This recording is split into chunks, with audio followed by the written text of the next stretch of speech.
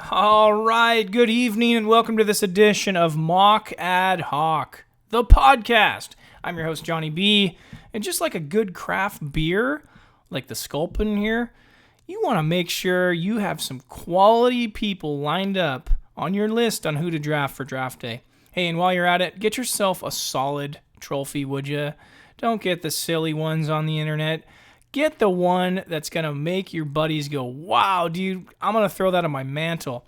FantasyTrophies.com. Check it out, man. That's the source. That's the one you're looking at right now. And while you're at it, pick up my book, How to Enhance Your Live Draft, Why Owners Will Show Up, Win or Lose. I'm Johnny B again, and I run Mock Ad Hoc here, and I'm getting a lot of emails and people asking me, hey, man, who do you have to have on your team this year? Well, that's real easy. I'm going to go through that right now. Starting with the tight end position. Is he injured with an ankle? No, don't buy in the hype. Travis Kelce's my guy. If you don't get Rob Gronkowski and you don't get Jimmy Graham, get Kelce on your team, okay? This guy's going to be amazing. With this, the field's going to stretch with Jeremy Maclin. You got Jamal Charles, and Alex Smith doesn't throw it any further than 25 yards anyways. Who else are they going to go to? Kelce has no competition. Anthony Fasano is gone.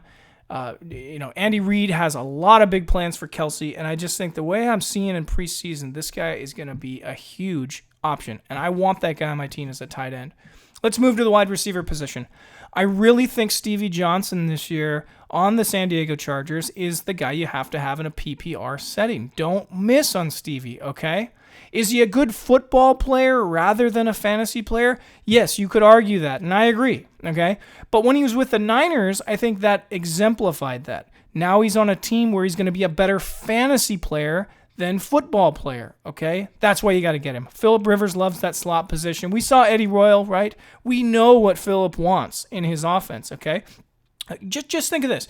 They got Melvin Gordon in the backfield, and they got Keenan Allen. And here comes that sneaky guy, right, in the slot, Stevie Johnson, who we know blew up in Buffalo years ago. Just don't forget about him. PPR, Stevie Johnson. Remember that name, okay? Next, we move back to Tennessee. We already talked about this guy in an earlier podcast, but Kendall Wright, okay? Marcus Mariota is a rookie, and I'm not buying this crap where people say he has to throw to his tight end, Delaney Walker. Not buying it. He's just not, okay? He's going to go to Kendall Wright. There's a lot of things in Tennessee that I really like about Mariota. I think he's going to enhance Kendall Wright's situation. In the preseason, what I saw was a lot of good things, and so I'm saying right now, you got to get Kendall Wright on your team. He's one of my top guys on my list, and I'm not going to pass him up. I'm not going to let anybody else steal him. Another guy I'm talking about here is John Brown. Arizona, Michael Floyd out with the finger. They got Larry Fitzgerald, right, and Carson Palmer knows him better than anybody else in the league. But he also likes to hit a streaking John Brown for the touchdown. So as my wide receiver 3 goes, I want that home run hitting player that he's going to go for the post pattern. And so John Brown is my pick. And in a PPR setting, I still think he's going to be viable. Just don't sleep on John. And don't sleep on Carson Palmer either for a backup QB in your league. I think that's a solid play. With that, we move on to running backs now. I think Vereen is a guy. Shane Vereen, New York Giants, Eli Manning, right? Odell Beckhams of the world are going to get theirs. So is Victor Cruz, right? But not so much. I'm not so high on Victor. But I am high on someone out of the backfield that can catch the ball. And PPR knows Shane Vereen. We know how he operates. And I just think Eli has just struck gold here. And he's like, oh my gosh, this is too good to be true. I get a guy like that. Rashard Jennings, yes, I get it. I hear you. But Vereen is just somebody who screams value in a draft, and I have to have him on my team. That's just how it is. Another guy I'll say out there is kind of back to the Tennessee situation is David Cobb, right? Rookie running back. I get it. I know Tennessee Titans, you're going to all laugh at me. But here's the thing. Sankey is another bust. This is his second year in a row he'll be a bust. Marcus Mariota, we already talked about, okay? He's the ultimate decoy. Just know that this year. Ultimate decoy with a runner from Minnesota College in David Cobb who's going to pound the rock and hit the hole hard. I don't think Sankey can do that. I think Sankey is just a college football player that doesn't belong in the NFL. I think David Cobb is the guy that's going to actually get the goal line work, and he's going to outperform. And I'm guessing around week 4 or week 5, Cobb gets the starting position, and you'll have drafted this guy. I'm not saying to draft him earlier than the 10th or maybe 11th round, but Cobb has to be on your list. I love what I see out of this guy. Smartest guy, right? Out of the combine, my Uncle Bill worked with him. One of the smartest running backs he's ever come across, and that screams value to me because I want somebody like that with a Ken Wisenhunt who's very finicky with feet and technique and posture, and he does all this stuff. But with Cobb, it doesn't matter, man. The guy's just, he's right there. So get David Cobb on your list this year. For quarterbacks, I really like Matt Stafford. I share the same birthday with him, February 7th. Yeah, right on.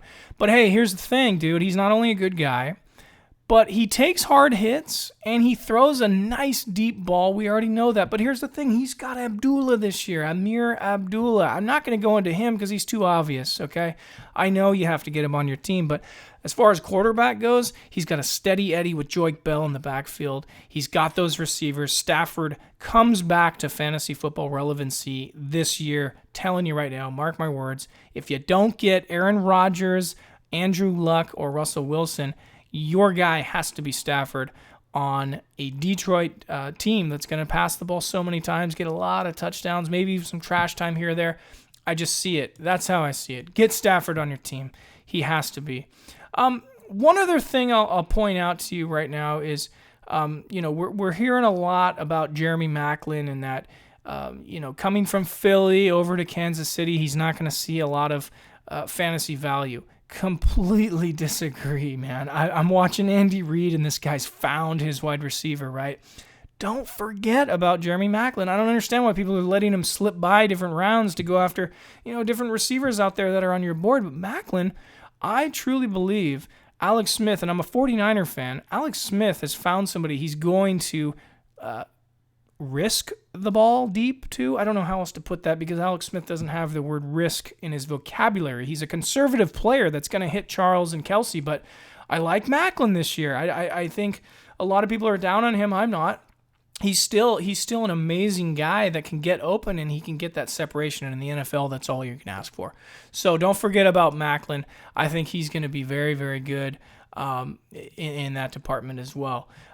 There's just so many other guys that make my list, but I think for time's sake, send me an email, info@upsidedowndrafting.com. My name's Johnny B. I run this Mock Ad Hoc podcast, and we're going to have so much fun this weekend. I'm going to do my own draft, and I guess I just gave away my own picks for the guys in my league, but you know what? I don't care.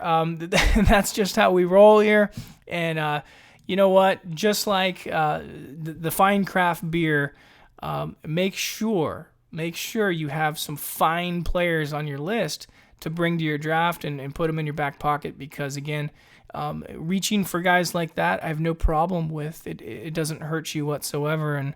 And when you make your pick, when you get up to your board, or, gosh, I guess if you're in an online draft, it's not the same, but in a live draft setting, when you go make your pick, do it with confidence.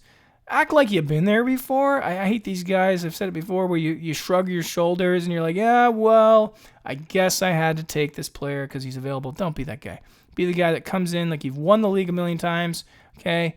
The trophy's yours. You can see it. And the draft is just a starting position, okay? Don't overthink the draft, but don't also let value slide by. I'm Johnny B. Have a great night. Thanks for listening. Check us out this year at UpsideDownDrafting.com. We're going to do a waiver wire session on Tuesday nights. This is officially the last Mock Ad Hoc, and we'll catch you soon. All right, see ya.